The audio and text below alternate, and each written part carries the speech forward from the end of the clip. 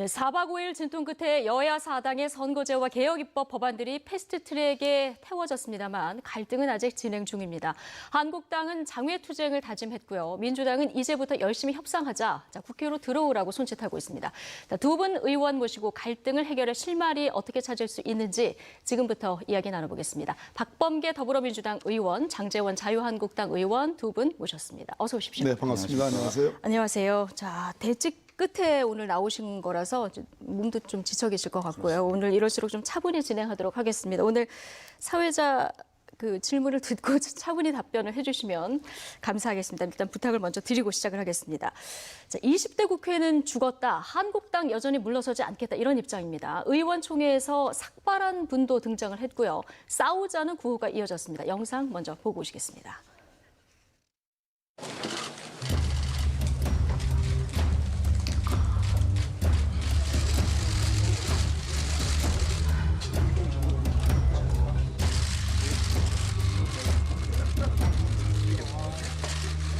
(20대) 국회는 죽었습니다. 민주주의도 죽었습니다. 사그라진 이 민주주의의 불씨를 살려내기 위해서 작은 저항의 표시로 머리를 깎았습니다. 사무실에서 제 스스로 머리를 깎았습니다. 이 작은 저항의 물방울이 큰 바다를 이루기를 희망합니다. 이제는 행동으로 보여줘야 됩니다. 저는 의원직 총사퇴를 건의합니다. 당 빼는 그런 수준의 국회의원 사퇴를 해야 된다고 생각합니다. 그리고 광장으로 출근해야 합니다. 또한 세 번째, 특별 당비를 냅시다. 우리에게 희생이 있을 수도 있습니다. 그러나 감수하겠습니다. 여러분들도 그런 마음을 가지고 계시리라고 생각을 합니다. 천막을 치게 된다면 이 천막투쟁본부가 될 것이고요. 당사를 이전하는 것과는 조금 다른 문제입니다. 여러 방법의 투쟁을 서울에서만 하지 않고 전국을 순회하는 방법도 검토하고 있다는 말씀입니다. 선거제 관련된 서명운동도 있을 수 있고요. 저희가 이제는 이번 투쟁을 통해서 우파의 중심 세력으로 그리고 우파의 가장 신뢰할 수 있는 세력으로 더욱 크게 거듭났다고 생각을 합니다. 모두 큰 빅텐트 안에서 우파를 하나 되게 하여 지금 한국당의 분위기를 보고 왔기 때문에 장제원 의원님께 오늘 먼저 질문을 좀 드려야 될 것 같습니다. 지금 검은 옷, 삭발한 모습 다 보고 왔는데 천막도 오후에는 친다고 하고요. 여러 가지 좀 결의들이 나왔습니다. 지금 실제로 한국당 분위기가 어느 정도입니까? 민주당이 집권 세력이 저희들을 이렇게 극단적으로 몰고 간다고 생각이 듭니다. 사실은 민생과는 사실상 상관이 없는 이 공수처법이라든지 선거제도, 이거는 권력에 대한 문제입니다. 이 권력에 대한 문제를 가지고 민생을 앞두고 이렇게 어려운 민생을 두고 이렇게 수와 힘으로 몰아붙이고 있습니다. 또 여러분 아시겠지만 민주당 대표께서 도둑놈들이라는 막말을 했습니다. 민주당의 중진 의원께서는 나경원 원내대표에게 미친 것 같다, 이렇게 막말을 퍼부었습니다. 그리고 저희들의 저항을 무차별로 검찰에 고발했습니다. 저희들이 뭘 할 수 있겠습니까? 어떤 대화를 할 수 있겠습니까? 지금 대화를 하자고 합니다. 민생을 논하자고 합니다. 추경을 논하자고 합니다.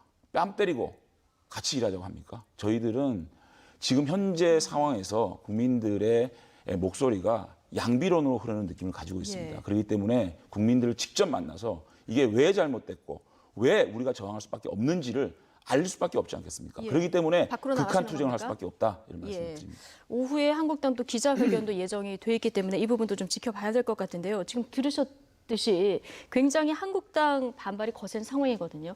그런데 이제 국회에서 지금 처리해야 될 것들이 굉장히 많기 때문에 이렇게 되면 여당 입장에서도 좀 부담이 될 수밖에 없을 텐데요. 일단 저희들이 극단으로 자유한국당을 몰고 갔다라는 말씀은 틀린 말씀이에요. 이미 극단을 선택을 했습니다. 막말 시리즈가 남북관계에서부터 시작돼가지고 5.18 그리고 4.16 세월호 참사까지 막말 시리즈가 있었죠. 극단적인 투쟁을 예고했고요. 그다음에 지난 20년 동안 공수처를 국민들이 원했습니다. 그리고 선거법 개정안에 대해서도 다수의 국민들이 필요하다고 보고 있고 패스트트랙도 다수의 국민들이 찬성하고 있습니다. 국회 선진화법을 완전히 무력화시키고 불법을 저지르면서까지 옥새 투쟁을 자유한국당이 선택을 한 겁니다. 네. 저희들로서는 불가피하게 이번 선진화법에 따른 패스트트랙을 태웠고요. 민주당만의 결정이 아니고 자유한국당의 오로지 나홀로 독재 투쟁에 맞서서 국민의 다수를 대표하는 민주당과 바른미래당과 민평당과 정의당이 사당이 연합해서 패스트트랙을 태운 것이다. 따라서 저희들이 극단으로 몰아간 것이 아니다. 스스로 극단으로 몰아가기를 원했고 그렇게 옥새 투쟁을 한 것이다. 예. 보여지고요. 다만 이제 패스트트랙을 태웠습니다. 이것이 끝이 아닙니다. 이것이 시작이고 이제부터 논의를 하면 됩니다. 저희 당 당대표나 원내대표 또 의원님들의 생각 또 문재인 대통령께서도 저는 여야정 협의체라는 것이 있기 때문에 조만간 여야정 협의체를 열거나 아니면 적어도 자유한국당을 포함한 교섭단체 대표들과의 어떤 대화를 이어갈 가능성이 좀 있다고 봅니다. 네. 그런 측면에서 민생은 민생이고 이번에 패스트트랙은 이게 끝이 아니고 시작이기 때문에 들어와서 네. 민생도 머리를 맞대고 또 문제를 삼고 계시는 선거법 개정이나 공수처, 검경수사권 조정도 머리를 맞대고 한번 진지한 토의를 해보자 이렇게 제안을 드립니다. 예. 제가 좀 네, 말씀하시죠. 참 민주당 분들은 잔인해요. 참 모집니다. 여야정 협의체를 얘기해놓고 이미선 임명을 강행을 합니다. 패스트트랙을 태워놓고 돌아와서 민생을 논하자고 합니다. 민주주의는요, 인내를 통해서 절차를 통해서 함께 만들어가는 겁니다. 오랜 시간 동안 민주주의의 절차적 정당성을 가져가야 된다고 생각을 합니다. 첫째, 절차가 잘못됐습니다. 민주당이 바른미래당과 함께 얼마나 잘못된 사보임을 했습니까? 국회법을 무시한 사보임을 하고 또 바꿨습니다. 이게 절차적 미정당성이 있는 것입니까? 자, 이런 상황에서 민주당이 뭔가 액션이 없으면은 들어오지는 잠깐만요. 않겠다는 법안도 입장이십니까? 이렇게 인터넷으로 예. 국회법에 있지도 않은 방법으로 법안 발의를 했습니다. 그리고 선거제도입니다. 이 선거제도는 관습적으로 여야 합의를 하게 돼 있습니다. 이런 절차적 무시, 그다음에 행위 자체가 굉장히 기만적입니다. 선거제도를 이용을 해서 자신들이 원하는 공수처를 만들려고 했습니다. 굉장히 의도가 불순합니다. 저희들의 저항에 대해서 불법이라고 몰아세우면서 도둑놈들이라고 막말을 하면서 저희들을 몰아붙였습니다. 예. 그래놓고 지금 와서 저희들에게 민생은 민생대로 논의하자. 참 잔인한 집단이라고 생각합니다. 지금 두 가지 문제를 제기를 하셨습니다. 이 선거제도는 이제 게임의 룰이기 때문에 이렇게 패스트트랙에 태울 일이 아니다. 그 얘기를 하셨고, 그다음에 선거제도하고 개혁 입법을 묶어서 태운 것도 문제다 이런 지적을 하셨는데요. 자, 여기 대해서 어떻게 몇 번 이 대답하시겠습니까? 코너에서도 제가 말씀을 드렸는데 예. 민주당만이 선택한 것이 아니고 선거제도에 관해서는 다른 소수 3개 야당이 선택입니다. 그것을 민주당이 불리하지만 받아들인 겁니다. 오로지 자유한국당만이 자유한국당이 선택하는 선거제도를 따르지 않으면 사개 정당은 상대하지 않겠다라는 그런 독재입니다. 무슨 얘기냐면 비례대표제가 지난 수십 년 동안 대한민국 헌정사에 있었던 제도를 없애자는 것이 자유한국당의 주장입니다.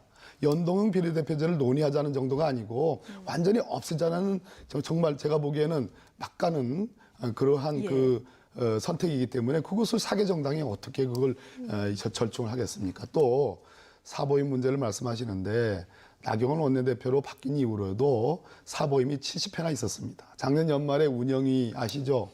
곽성도 의원을 제외하고는 다 사보임했습니다. 자유한국당이. 또 뿐만 아니라 사개특위의 검경개혁소위에 참 열심히 일하던 함진규 의원도 바꿨습니다. 이장 의원으로. 상당히 센 분이잖아요.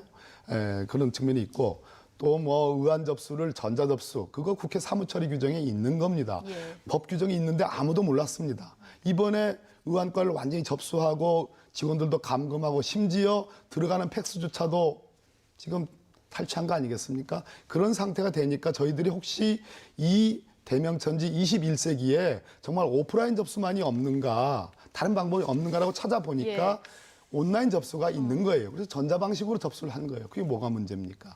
그런 측면에서 저는 오늘 싸우려고 드는 게 아니라 우리 장 의원님이 그래도 샤우팅을 참 열심히 하셨지만 그래도 대화가 통하니까 장재현 의원님이 자유한국당 지도부를 설득해서 저렇게 투쟁 그거 어울리지도 않습니다. 네. 예, 그래서 민생은 민생이고 이 부분은 또 따로 논의하는 걸로 해서 좀 설득해서 들어오세요. 예, 오늘 합의점을 찾을 수 있으면 좀 찾아보죠. 일단 이게 민주당만이 아니라 여야 4당이 합의한 거다. 이 얘기를 좀 강조해 주셨는데 4당 원내대표가 오늘 오전에 만났습니다. 저한테 한번 기회를 안 주시겠어요? 아니, 저 바로 이 녹취를 듣고 드리겠습니다. 한국당하고 열린 자세로 협의하겠다 이 얘기를 했는데 일단 대국민 그 성명 형식의 합의문을 발표했는데요. 이 얘기 잠깐 듣고 돌아오겠습니다.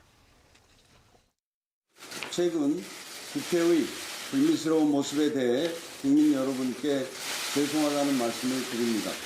국민이 요구하면 국회는 이를 논의해야 할 의무가 있습니다. 오랜 정치 개혁 과제인 선거제도 및 사법기관 개혁에 대해 여야 4당의 절대 다수 의원들이 동의하고 있습니다. 그런데 38%의 의석을 차지하고 있는 자유한국당의 반대로 그간 관련 법안의 논의조차 제대로 하지 못했습니다. 자유한국당에게 그간의 반대를 위한 반대를 접고 오랜 정치개혁 과제에 대한 성실한 논의 참여를 요구하는 것에 더 큰 의미가 있습니다. 자유한국당에게 간곡히 호소합니다. 당장 내일부터 추경안 및 민생 관련 법안 심의에 나서 주십시오. 네. 일단 국회 정상화에 한국당이 좀 동참해달라 이런 호소를 이제 마지막으로 들어보셨는데요. 일단 여야 4당에서는 한국당 원내대표 포함해서 5당 원내대표 당장 내일이라도 하자는 거예요. 제가 저 4당 원내대표 합의문을 읽는 걸 보니까 참 가슴이 미어집니다. 저희들은 사실 국민들께 죄송합니다. 일주일 동안 우리 국민들께 참 보이지 못할, 보여서는 안 될 일들을 보여드렸습니다. 참 죄송하고요. 네. 반성하고 있습니다. 예. 다만 저 4당이 저렇게 모여서 자유한국당을 저렇게 왕따시키려고 하는 저들이 합쳐서 자유한국당을 얼마나 짓밟았습니까? 그 바로 다다음 날 와가지고 4당 원내대표 한국당 돌아와라. 바른미래당에 얘기하고 싶습니다. 사보임이 정당했습니까? 국회법 148조는 본인의 동의가 전제가 되어야 사보임이 가능합니다. 70회가 있었다고 말씀하셨는데 그 70회는 본인 동의가 다 있었습니다. 본인 동의가 없었던 단 한 번 김연아 의원 국토위 사보임은 정세균 의장이 허락하지 않아서 국토위에서 김연아 의원이 이해할 수 있었습니다. 선거제도는 정말 민주당이 진정성은 제로였습니다. 제가 누차에 걸쳐서 자유한국당이 270석 비례대표를 없애자라는 안을 낼 수밖에 없었던 상황을 이 자리에서 박범계 선배님 앞에서 몇 번을 얘기했습니다. 김종민 의원한테 제가 가서 나경원 의원의 뜻을 전달했습니다. 우리 정치라는 게 보이는 것만 있지 않지 않습니까? 지도부의 뜻을 담아서 김종민 의원에게 권력구조 개편 같이 해보자. 그러면 연동형 비례대표 논의하겠다라고 강력하게 얘기했습니다. 그 권력구조 개편 문제에 대해서 책임 있는 민주당 지도부가 화답했습니까? 그래놓고 사당과 연대해서 강행해버렸습니다. 사개특위 얘기 좀 드릴까요? 검경수사권 조정에 대해서는 저희가 권성동 위원장이 당내 특위를 맡아서 검경수사권 조정에 대해서 저희가 안을 냈고 1차 발표를 했습니다. 우선 할 수 있는 것부터 검경수사권 조정부터 하고 공수처 이래라는 게 선우도 있는 것이고 서로 합의할 수 있는 것부터 합의해 나가면서 이것을 통해서 또 합의를 찾아 나가는 그러한 집권당에서 이 자유한국당 제1야당을 좀 리드할 수 있는 리더십을 발휘해서 만들어 나가는 이 절차적인 게 필요하지 않겠습니까?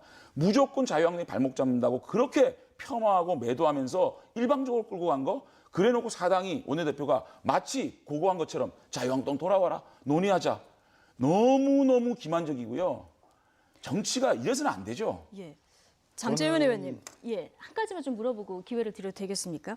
그런데 지금 여러 가지 한국당 안에 의견이 있지 않습니까? 그 개별 안에 대해서 지금 이미 패스트트랙에 태워지긴 했고 이렇게 되면은 뭐 논의 끝에 나중에는 국회에 이제 표결을 거쳐야 되는데 지금이라도 지금 한국당 입장을 많이 반영을 하려고 하면은 들어가서 논의하시는 게 실리를 챙기는 거 아닐까요? 그래서 모르겠습니다. 예. 사개특위 문제는 제가 자세하게 모릅니다. 예. 다만 정개특위는 제가 협상을 주도했기 때문에 자세히 압니다. 지금 여야 4당이 합의한 연동형 비례대표제는 그야말로 누덕입니다. 연동형제도 구현할 수 없습니다. 지역주의도 타파할 수 없습니다. 석패율제도 사실상 석패율제도는 2, 4번에 들어갑니다. 2명의 당선자를 만들지 못하면 석패율도 적동이 안 됩니다. 네. 그런데 여기에는 사당의 이해관계가 촘촘하고 정교하게 들어가 있습니다. 예. 이거를 드러내서 우리 당의 입장을 만들려면 저당이 반대합니다. 이 부분을 드러내서 이 독소 조항을 드러내서 자유한국당 입장을 반영하려고 하면 또 다른 당이 반대합니다.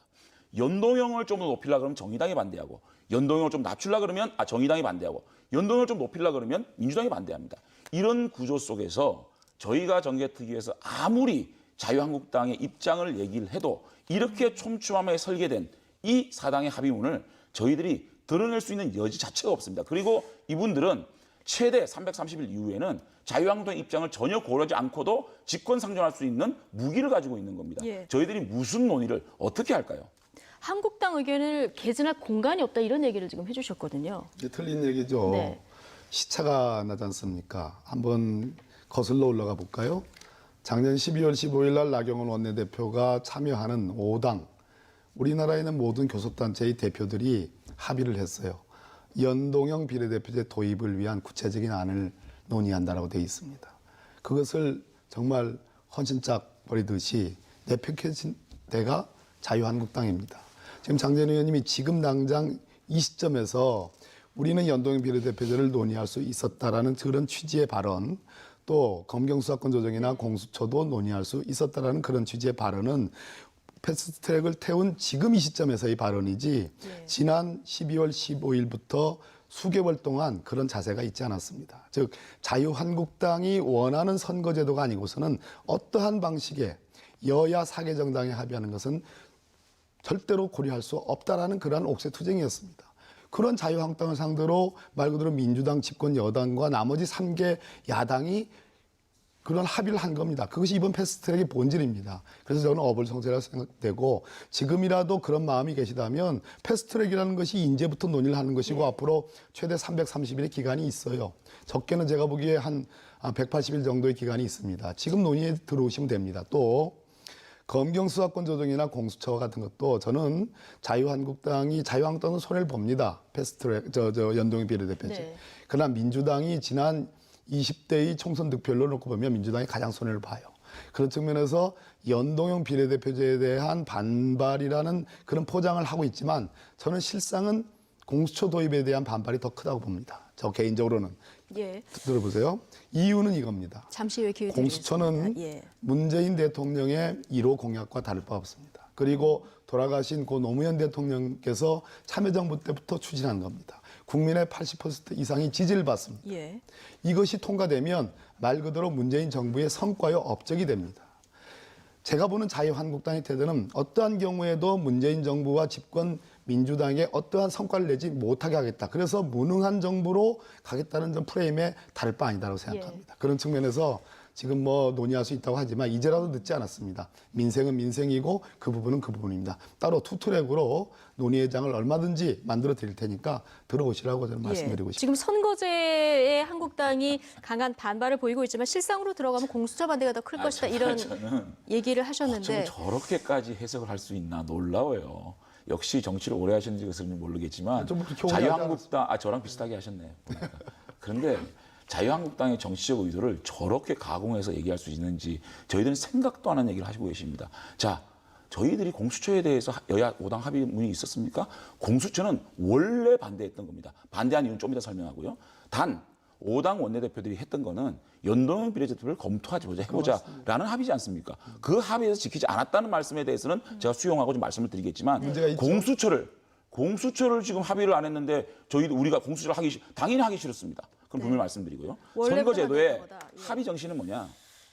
권력구조 논의와 함께 연동형 비례대표를 논의하자. 그거는 권력의 체계고 대한민국 권력의 시스템을 정상적으로 만들기 위한 저희들의 요구였습니다. 그 합의 정신에 대해서 한마디도 안 했습니다. 그 부분에 대해서 얘기하라고 2번에 걸쳐서 나경원 원내대표가 직접 기자회견을 주말에 요구를 했습니다. 이해찬 대표 얘기했습니까? 그거는 안 하고 일방적으로 공수처를 통과시키기 위해서 선거제도를 바꿔치기 하는 선거제도를 교묘하게 이야기해서 민주당이 손해보는 제도라고 얘기하고 있지 않습니까? 그러면 정의당이나 바른미래당이나 민평당이 가장 요구하는 게 선거제도였습니다. 이분들의 생각을 이용을 해서 자신들이 가장 요구하는 공수처를 원하는 이런 식의 정치공학적 접근을 했다는 것이고요. 공수처는요. 아무리 민주당이 잘 포장해서 고위공직자 비리를 수사한다고 얘기했지만 지금의 검찰이 대통령 2명을 구속시켰습니다. 비서실장, 국정원장, 장관, 차관, 행정관 싸그리 구속시켰습니다. 그런데 고위공직자의 비리를 수사를 못했다고요? 그리고 이 공수처가 전 세계적으로 있는 제도입니까? 그럼 미국, 영국, 프랑스 이 나라에서 공수처가 없어서 공직자 비리가 없습니까? 그렇기 때문에 저는 이 공수처장의 임명권부터 시작해서 공수처를 구성하는 검사들 인사위원회에서 하지 않습니까? 이 인사위원을 어떻게 만들어가냐에 따라서 이 공수처는 지금 현재의 권력의 말을 잘 듣는 사람으로 할 수 있는 겁니다. 자, 검찰, 경찰, 공수처, 대한민국 수사공화국 만들 겁니까? 저는 우리 국민들께 아주 이 대한민국을 모두 수사공화국으로 만들어 볼 수 없는 이 안을 저희들이 왜 찬성하겠습니까? 이것은 원래부터 찬성하지 않았던 안이라는 말씀을 드립니다. 지금 예. 이거는 반박을 해야 될 것 같아요. 역시 또 팩트가 틀렸습니다. 전직 대통령들을 현재의 검찰이 구속 기소를 했다. 전직 대통령은 그냥 전직 대통령일 뿐이고 공수처의 대상이 되는 현직이 아닙니다. 가짜 뉴스가 그렇게 돌고 있어요. 마치 자유한국당과 친했던 전 정부의 인사들, 고위공직자들을 수사하기 위해서 공수처를 만들었다. 전직은 공수처의 수사 대상이 아닙니다. 미안한 얘기지만 그 공수처로 인해서 사실은 그 매기 효과와 경계 효과와 자정 효과가 있는 것은 문재인 정부, 문재인 대통령을 행정수반으로 하는 현직의 고위공직자들입니다. 그런 측면에서 만약 공수처가 수사해가지고 그분들을 수사하고 기소한다면 그 데미지, 어떤 그 부정적인 영향은 우리 집권 민주당과 문재인 대통령과 문재인 정부에 있는 것이지 걱정하실 필요 없습니다. 전직이 아닙니다. 또 자유한국당의 의원님들이 굉장히 뭔 잘못을 이렇게 많이 저지르는지 걱정을 많이 해요. 걱정하실 필요 없습니다. 여야 공통의 모든 국회의원이 대상이 되는 겁니다. 특히 중요한 것은 이번에 패스트트랙을 태운 공수처의 내용은 그 7명의 추천위원 중에 5분의 4의 동의를 받는 공수처장을 추천하도록 되어 있습니다. 심지어 바른미래당이 2번째 낸 그 안은 대통령이 그 중에 한 분을 지명해가지고 국회로 돌리면 또다시 동의를 받아야 되는 그런 이중의 절차가 있어요. 무슨 얘기냐? 대통령과 가까운 사람, 대통령과 친한 사람, 대통령의 사람은 공수처장이 될 수 없도록 원천적으로 봉쇄를 해놨습니다. 그렇기 때문에 지금 이제 공수처가 도입이 될 가능성이 저는 매우 높다고 봐요. 이것은 무슨 얘기냐? 검찰과 경찰, 그동안 상명하복에 눌려 지냈던 경찰이 이제는 대등한 협력 관계의 수사기관으로 이제 부상을 하는 겁니다. 그리고 검찰이 여전히 인권과 적법 절차의 수호신으로서의 검찰의 기능이 다시 재조정됩니다. 그리고 특수한 부분에 있어서는 독자적인 수사권을 갖습니다. 자, 이 양대 수사기관만 남겨놓으면 서로 견원지간으로 맨날 과도한 견제와 과도한 경쟁이 있게 됩니다. 그래서 고위공직자 부분은 수사를 떼내가지고 검찰도 아니고 경찰이 아닌 제3의 중립적 기관인 공수처를 만든 겁니다. 이것이 삼각 트라이앵글을 이루어가지고 말 그대로 균형이라는 한국 형사사법에서 수사에 있어서의 균형을 꾀하게 되는 정말 대단히 획기적인 그러한 형사사법 시스템을 만들어내는 것이다. 요거는 제가 좀 이런 말씀을 좀 드리는 겁니다. 팩트를 틀렸다고 말씀하시니까 간단하게 말씀드릴게요. 저는 말씀은 굉장히 화려하고 마치 공수처가 검경을 잘 견제하고 고위층의 비리를 다 뽑아낼 수 있든 이렇게 말씀하시지만 여러분들이 얘기하는 검경 개혁에 정면으로 역행하고 있는 겁니다. 검경의 수사권, 기소권을 분리하자는 게 검경 개혁의 핵심 아닙니까? 왜 공수처는 기소권과 수사권을 가져야 됩니까? 이 검경을 잘 견제하면요, 미국, 프랑스, 영국 전부 다 공수처에 그러한 중간적인 기능이 없어도 고위공직자 잘 비리 수사하고 고위공직자의 비리 잘 퇴출시킬 수 있습니다. 지금 공수처 하나만 가지고도 뭐 이 시간이 모자랄 정도로 사실 의논할 게 많은데 지금 뭐 여당에서는 한국당 들어와서 이런 의견을 최대한 반영하겠다 이런 저 입장이 나온 거니까 앞으로 좀 협의해서 할 수 있는 이런 좀 분위기가 좀 만들어졌으면 좋겠다. 이건 이제 개인적인 바람이고요. 어쨌든 이런 여야 대치 상황이 지금 온라인 청원으로도 불붙은 이런 상황입니다. 청와대 청원 게시판이 지금 난리가 났는데 한국당 해산시켜달라는 청원도 올라오고요. 민주당 해산시켜달라는 이런 그 청원도 올라오고 있는 이런 상황입니다. 여야 민심이다, 조작이다, 평가도 지금 엇갈리게 나오고 있는데요. 차현주 앵커가 이 부분 먼저 정리해드립니다. 자유한국당 정당 해산 청원 오늘 정오 기준 150만 명을 돌파했습니다. PC방 살인사건 피의자 엄벌 청원 인수 119만 명을 훌쩍 넘어선 역대 1위 기록입니다. 한국당을 조작 가능성을 제기했는데 청와대는 의혹을 일축했습니다. 한국당 해산 150만 명, 민주당 해산 22만 명. 여야 청원 경쟁은 패스트트랙을 둘러싼 막판 대치가 계속되면서 더 불이 붙었습니다. 한국당은 큰 의미 없다면서 평가절하하면서도 조작 가능성을 제기했습니다. 지난 3월 베트남발 청원이 비정상적으로 늘었다는 겁니다. 그 청원의 조작 가능성에 대해서는 저희는 매우 그 조작 가능성이 높다 이렇게 보고 있습니다. 지금 청와대 안에서 청원 조작을 지휘하는 사람이 누굽니까? 바둑이 풀려나니까 또 다른 강아지 만들어서 킹크랩 매크로 조작하는 제2, 제3의 드루킹 배우 조종하는 자가 청와대에 있는 거 아닙니까? 청와대가 정정당당하다면 저희 자유한국당 전문가들과 함께 공동조사를 해서 청와대 청원 게시판을 한 분 같이 조사를 했죠. 청와대는 허무맹랑한 의혹이라는 입장입니다. 청원이 급증한 그제를 기준으로 전체 접속의 97%가 한국에서 이뤄졌고 베트남 유입 비율은 0.17%뿐이라고 설명했습니다.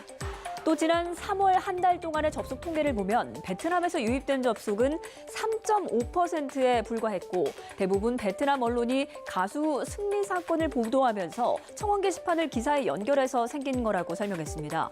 그러면서 사실 확인 없이 부정확한 정보를 인용한 것에 유감이라고 밝혔습니다.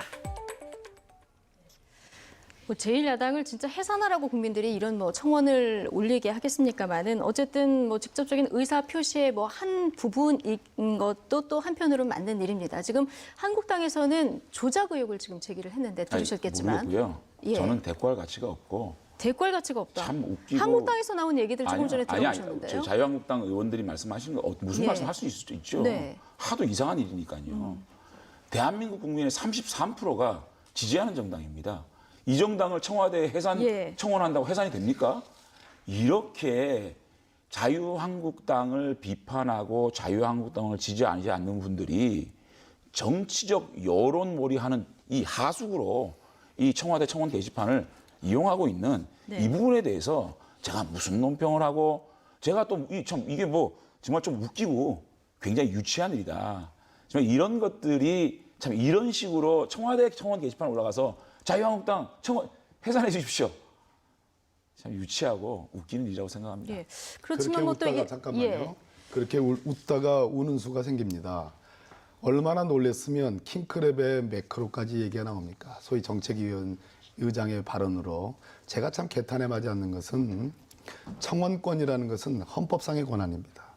국민의 기본권입니다. 그 청원권을 구체화시킨 것이 청원법이에요. 국가기관의 모든 국민은 다 청원을 할 수 있습니다. 그 100만 명이 넘는 분, 심지어 150만 명이 지금 넘었습니다. 이 4월 달에만 지금 4월 29일부터 불붙기 시작한 것이 단 며칠 만에 이런 일이 벌어졌습니다. 근데 자유한국당이 놀란 모양이에요. 놀래다 보니까 그 바른미래당의 이준석 씨가 말도 안 되는 본인 꼬리 내렸습니다. 예. 자기가 그런 의미로 얘기한 건 아니라고. 왜냐하면 잘못하면 처벌 가능성이 있거든요. 그 얘기하는 것이 지금 뭐 우리 YTN 방금 통계에 정확하게 나온 겁니다. 4월 29일 기점으로 해서는 베트남은 0.17% 아무런 영향력이 없는 겁니다. 그 본인도 인정을 해요, 이준석 씨도. 예. 그런데 더 가관인 것은 이준석 씨도 그런 지적을 했어요. 자유한국당이 왜 그걸 가지고 남의 취지도 모르고 그걸 이용하느냐 이렇게 한마디 한 겁니다. 예. 명색이 제1야당. 제2정당입니다. 더군다나 집권 경험이 우리나라에서 가장 오랜 정당에서 앞뒤 근거도 없이 확인도 안 해보고 그냥 뭐 당 원내대표가 그러시지 정책위 의장이 그러시지 무슨 조작을 그렇게 쉽게 얘기합니까? 그것은 헌법상의 국민의 청원권을 모독하는 거고 훼손하는 것이라고 저는 생각을 해요. 참 안타깝습니다. 안타까워요. 진짜로. 아니 이런 현상이 자유한국당 지지하는 분들은 민주당 해산하라. 민주당 지지하시는 분들, 정의당 지지하시는 분들은 자유한국당 해산하라. 그런 것들이 청와대 게시판에 마치 배설구처럼 네. 벌어지는 이 현상이 옳은 현상인데 게시판에 마치 배설구처럼 네. 벌어지는 이 현상이 옳은 현상입니까? 예. 이것은 민주당이 자유한국당을 공격하는 그러한 청원에 대해서 민주당이 이거는 좀 아니지 않느냐라고 얘기해야 되는 거 아닙니까? 이런 일들이 정말 정상적인 일입니까? 네. 이거는요 정상적인 일이 아니기 때문에 민주당도 이 부분을 가지고 이용하려고 그러지 마시고 이 부분을 가지고 정치적 이용하려고 그러지 마시고 이거에 대해서는 저처럼 그거는 또 일부 또 민주당, 정의당 지지하는 분들이 하시겠죠. 이렇게 넘어가야 되는 거 아닙니까? 이걸 가지고 뭘 그렇게 이게 아무리 그렇지만 청와대 게시판에 그럼 자유한국당 지지하는 분들이 지금 민주당 하라고 청원하고 있지 않습니까? 정상적이지 않지 않습니까? 이거는 정상적이 아닌 일이라고 생각합니다. 150만 대 20만이고요. 제가 다시 한번 숫자로 가지고 얘기합시다. 잠깐만요. 150만 대 20만인데 그렇게 웃다가 우는 수가 생겨요. 그렇게 국민들을 깔보면 안 됩니다. 이 청원 사유에 있는 민주적 기본 질서를 침해하는 정당이라는 이 표현에 대해서 그것은 황교안 대표가 너무나 잘 아실 겁니다. 그 부분을 준엄하고 무겁게 받아들여야 돼요. 저는 이것을 100% 찬성한다 이런 입장 제가 정확히 알지는 못합니다. 그런데 왜 급속도로 이렇게 29일을 기점, 29일은 언제 시점입니까? 옥색 투쟁을 해가지고 정말 패스트트랙을 태우느냐 마냐 하는 그 결정적인 시점에 급속도로 2, 3일 만에 늘어났습니다. 그것을 민심으로 받아들이고 무겁게 받아들여야지 정말 나중에 우는 수가 안 생기지 그렇게 웃고 무슨 조작이다 그렇게 해가지고 얘기하면 안 되는 겁니다. 그리고 민주적 기본 질서라는 것에 대해서 그것이 고도로 무슨 특수한 몇몇 사람들만이 알고 그런 것이 아닙니다. 그건 대한민국 헌법에 있는 거예요. 그래서 왜 150만이 넘는 국민들이 일방적으로 이렇게 얘기할 겁니다. 민주당을 지지하는 사람들의 일방적인 하소연이다 이렇게 얘기하실지 모르겠습니다만 그렇지 않을 수도 있습니다. 그래서 꼼꼼히 그 사유를 찾아보시고 만약 그것에 조금 어울리지 않거나 어긋남이 있으면 이제라도 수정하고 이제라도 돌아오시는 것이 저는 맞다라는 그러한 점잖은 충고를 드리는 거예요. 민주적 기본 질서를 민주당과 4당 연대는 지켰습니까? 불법으로 사보임하고 불법으로 법안 발의하고 그런 것에 대해 못 알아듣다니요. 들어보다 조금만 들어보십시오. 자, 대통령이 지금 왜 긍정평가를 초월하고 있는지. 지금 민주당하고 자유한국당하고 지지율이 4%밖에 차이 안 납니다. 33% 이상 국민들이 지지하는 자유한국당을 해산을 하라니요. 그런 청원이 제대로 된 청원입니까? 그걸 가지고 마치 이것이 민심을 받드는 일인 양 그런 식으로 민주당이 공격의 소재로 삼는 거는 정말 이건 옳지 않은 행동이라고 생각합니다. 일단 순기능과 역기능이 모두 있는 이런 상황인데요. 갤럽은 항상 인용을 안 해요. 자유한국당 의원님들은 항상 리얼미터만 언급을 하고 지지율 15% 차이 나는 갤럽은 인용 안 합니다. 지금 두 분이 팩트체크까지 갤럽하고 계속 하고 계신 상황인데요. 어떻게 그렇게 차이가 날까요? 같은 여론조사를 했어요. 국민을 상대로. 미국 국민을 상대하고 여론조사했습니까? 한국갤럽하고 리얼미터는 왜 이렇게 차이가 나는 거죠? 그거는 왜 지적 안 하십니까? 자, 여론조사는 다음 주에 여론조사 결과가 나오면 다시 한번 얘기를 하도록 하고 오늘 두 분 다 고소고발 대상에 올라 있어서 이 부분을 좀 여쭤보려고 했는데 여기까지는 못 가고 질적으로 다른 거라고 제가 말씀드렸죠. 질적으로 완전히 다른 이야기입니다. 저는 선진화법 위반한 적이 없습니다. 분명히 말씀드립니다. 지금 어쨌든 78분 의원만 지금 고소고발이 된 상황인데 이게 정치적으로 풀 건지 법적으로 선진화법 가야 될지. 법안을 보십시오. 제가 선진화법 위반한지 있는지. 아니요. 허위 고발한 거예요. 허위 고발. 두 분이 앞선 주제에서 너무 많은 시간을 쓰셨기 때문에. 제가 고발한 건 아니지만은 그래도 장재현 의원님은 제가 보니까 랭킹 한 10위쯤 되는 것 같고 저는 랭킹 2위예요. 이렇게 랭킹 10위든 2위든 질적으로 다른 거 실질 중요하지 않지 않습니까? 걱정해야 될 어차피 게 같이 고발이 된 것이고요. 걱정해야 될 게 선진화법 위반을 걱정하셔야 될 거예요. 일단 알겠습니다. 선진화법 위반도 않은 저를 고발했는지 놀라울 따르죠. 제가 고발한 건 아닙니다. 자, 두 분 의원님 오늘 좀 해법을 찾아보고자 이렇게 모셨는데 두 분 얘기를 듣다 보니까 제 마음이 더 답답해지는 이런 상황입니다. 나아지고 있어요. 너무 이렇게 절망하지 마십시오. 알겠습니다. 국회에서는 조금 더 해법을 좀 찾아봐 주시면 좋겠습니다. 자, 두 분 얘기 여기까지 듣죠. 박범계 더불어민주당 의원 그리고 장제원 자유한국당 의원 두 분과 함께했습니다. 고맙습니다. 네, 고맙습니다.